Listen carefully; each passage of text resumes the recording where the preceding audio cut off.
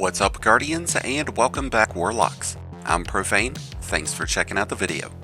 Today we're checking out an incredibly fun and powerful new Warlock build, featuring an exotic that many of you probably have never used. In the most recent update, roaming supers received a substantial increase to the regeneration rate and their effectiveness against various enemy types. This has elevated the performance of a lot of builds, and a lot of exotics that play off of the use of roaming supers. One exotic in particular is the Stormdancer's Brace, an exotic that has been extremely undervalued in the past, but with these latest changes, it has become an extremely viable option, even within in-game content. This exotic comes with the Ascending Amplitude intrinsic trait. This grants a stacking bonus in the damage of Stormtrance as you defeat enemies. This provides a 10% bonus in damage after defeating each enemy, and this will stack up to a 100% bonus at 10 stacks. In a previous update, Stormtrance received bonus damage resistance, and it now provides 90% resistance when active. So with improved uptime and a double dose of damage bonuses, Stormtrance has finally found its place in Destiny 2. The secondary benefit of this exotic is that after your Stormtrance has ended, you'll gain bonus super energy on your next super, and that's going to be based on the amount of enemies that you defeated with Stormtrance. To gain the maximum benefit of 50% energy, you would need to defeat around 10 red bar enemies. These are two extraordinary benefits that will really push Stormtrance into a proper position to be able to be used in Legendary Onslaught, Grandmaster Nightfalls, dungeons, and just about any other in-game activity. I wouldn't go as far as to say that this build is any better than a getaway artist build, and it's definitely not a high damage build like the Apotheosis Star Eaters, but this build offers a fresh take on the Prismatic class, and it provides us with some incredible power in terms of crowd control and overall survivability. This exotic is symbiotic with both Arc and Prismatic subclasses. We'll gain a lot of benefits like having stronger synergy with Jolt and blinding effects whenever we're using an Arc subclass. But by using this exotic on Prismatic, we will receive the benefits of Devour and Radiance to be able to give ourselves health recovery and bonus damage, along with a much wider array of abilities to use against our enemy, which includes Transcendence, which can be used before, after, or during Stormtrance. So let's take a look at how we're going to build around the Stormdancer's Brace. We are using the combination of Feed the Void and the Bleakwatcher as our prismatic aspects. Feed the Void grants Devour whenever we defeat enemies who have been affected by any of our abilities. Whenever Devour is active, we're going to regenerate bonus health and bonus grenade energy off of each final blow, which will help us have a constant supply of grenades to be able to create Bleakwatchers. Bleakwatchers will be crucial towards dealing maximum damage, as they will keep all of our enemies under a constant bed of slow and freeze, and we'll be able to cash in on that in a number of ways between our weapons, our fragments, and our artifact mods. We are using cold snap grenades so that we can have a second option of freezing enemies if we don't utilize Bleakwatcher. But if we wanted to maximize on the cooldown of our grenade energy, we would want to use healing grenades. We've also got Penumbral Blast to be able to give us a third method to instantly freeze enemies. When our Transcendence is active, we will have a combination grenade that simultaneously freezes enemies while suppressing them with void energy, so we technically have 4 methods of freezing our targets. When it comes to our choice in fragments, we are using Facet of Dawn, which provides us with Radiance whenever we strike enemies with our Penumbral Blast, and that includes when we are in our Transcendence. When Radiance is active, our weapons will gain a 25% bonus in damage, and any weapon that's not already assigned to a champion will be able to pierce barrier champion shields. By having 4 different sources to freeze enemies, we can reap the benefits of the 10% bonus damage that our light-based abilities will gain whenever using Facet of Courage. A great thing about this build is that when we activate Stormtrance during our Transcendence, we will still be able to throw our combination grenade, making our Stormtrance much more deadly whenever using Facet of Courage.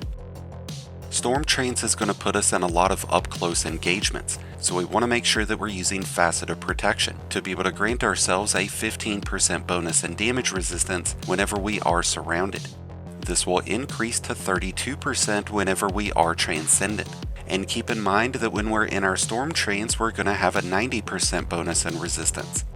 The uptime of both of these abilities will be extremely fast, which promotes us to use both of them much more often, which would mean that we'd be able to maintain some level of damage resistance at all times, which is on top of the health recovery that Devour is giving us. To improve our ability regeneration, we are using Facet of Balance, which grants 10% bonus melee energy after rapidly defeating targets with light damage, and will gain 10% bonus grenade energy after rapidly defeating targets with dark damage. Since we've got a steady supply of both being used, we'll have our grenade and melee abilities back much faster. We've also got Facet of Awakening, which will create elemental pickups for us, which is going to provide even more ability energy. With how we have this build set up, we will create Ionic Traces, Stasis Shards, and an occasional Void Breach, so we'll be gaining a substantial bonus to our grenade, melee, and class abilities. And with more abilities to use, we'll have our Transcendence and our Stormtrance energy back even faster. With class tree options now covered, let's talk about the artifact mods that we want to use with this build. We've got Concussive Reload, triggering a 15% weakening debuff against high-value targets. So by tagging those enemies with a grenade launcher before hitting them with Transcendence and Stormtrance, we'll deal out a lot more damage. We've got Trace Evidence, which is going to increase our production of Ionic Traces by generating those after rapidly defeating jolted and blinded enemies. Because of the arc compounding mod, we will deal 15% bonus arc damage against any blinded enemy, so if we can find a way to sustain those effects, we can give ourselves another substantial boost in damage. Retinal Burn is an interesting option here, because it will cause our precision arc weapons to trigger blinding effects, but it's at the cost of armor charges, which could interfere with weapon surge mods. But by using mods like the Thick of It or Curative Orbs, you'd be able to balance both. There's a few other opportunities that we have to be able to trigger blinding effects. We could make use of the Xdaris grenade launcher, which releases moth buddies that will blind targets. This also provides Amplified, and it will trigger Concussive Reload, making it a solid option to go with. There's also the Queensbreaker, which blinds and chains lightning damage across targets, which would make it a great option to use with this build, even at Grandmaster difficulty. By using Conductive Cosmic Crystal, we can give ourselves another bonus in damage whenever using arc abilities against slowed and frozen targets. So if we can successfully blind and freeze the same target, we can deal out a ton of extra damage whenever using our Stormtrance, especially if we're able to build up Stormdancer's damage bonus. Weapons with Jolting Feedback and Voltshot will be great for applying bonus arc damage, while weapons with Chill Clip, Headstone, or Cold Steel would give us even more opportunities to slow and freeze targets, so ultimately we want to use a mixture of both of these. Stormdancers will provide us with a ton of extra super energy, but if we were to use an exotic like the Bad Juju, we could significantly increase the uptime of our super. The Bad Juju would give us an option at stunning unstoppable champions, and since its explosions count as arc damage, it would benefit whenever used against slowed, frozen, and blinded enemies. The Centrifuge would be another great exotic option, since it does have the built-in ability of triggering blind. Beyond that, you're pretty much free to slide in a variety of different weapons, because you'll quickly come to find that you'll be spending more time using your abilities than you do shooting your weapons. With our class tree, artifact, and weapons now addressed, let's talk about our armor and armor mods. When it comes to the main character stats that we want to focus on, Resilience will be the main one, so that we can reduce incoming damage by 30% whenever we are at tier 10. Beyond that, we want to focus on Discipline to be able to reduce the cooldown of our grenade energy, so that we can keep churning out Bleakwatchers. Most of our abilities are already getting recharged at a rapid pace, so what we really want to do with our armor mods is generate orbs, so that we can maintain armor charges, which will be used towards Retinal Burn and weapon surges. With 2 weapon surge mods active, we'll gain a 17% bonus in damage, which will stack on top of Radiance. So by running Harmonic Siphon and Reaper mods, we can keep those armor charges filled up. We're also using the Recuperation mod to give ourselves a secondary source of health recovery. Every time we collect an orb, we will gain 70 points of health. Since Devourer is going to trigger its health bonus after a final blow, this will help ensure that we're able to always have our health back on the fly. Like I said earlier, this is not a high damage DPS build, but it is a build that will give you a ton of overpowered abilities.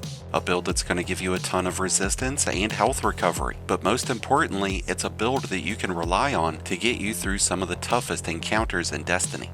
So if you haven't tried the Stormdancer's Brace here in Revenant Act 2, it is high time you do so, because this build is incredibly fun and surprisingly powerful. And with that, I wish you all the best of luck out there. I'd love to hear your thoughts about today's build and whether you've given it a try or not. Let us know down below.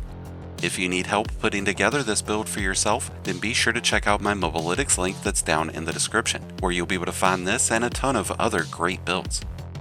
Thank you as always for checking out the video. If you enjoyed and found it helpful, then be sure to hit that like button below, along with the subscribe button if you're new. Both are greatly appreciated, and both really do help support the channel. And until next time, Guardians, this has been Profane, wishing you all some happy hunting.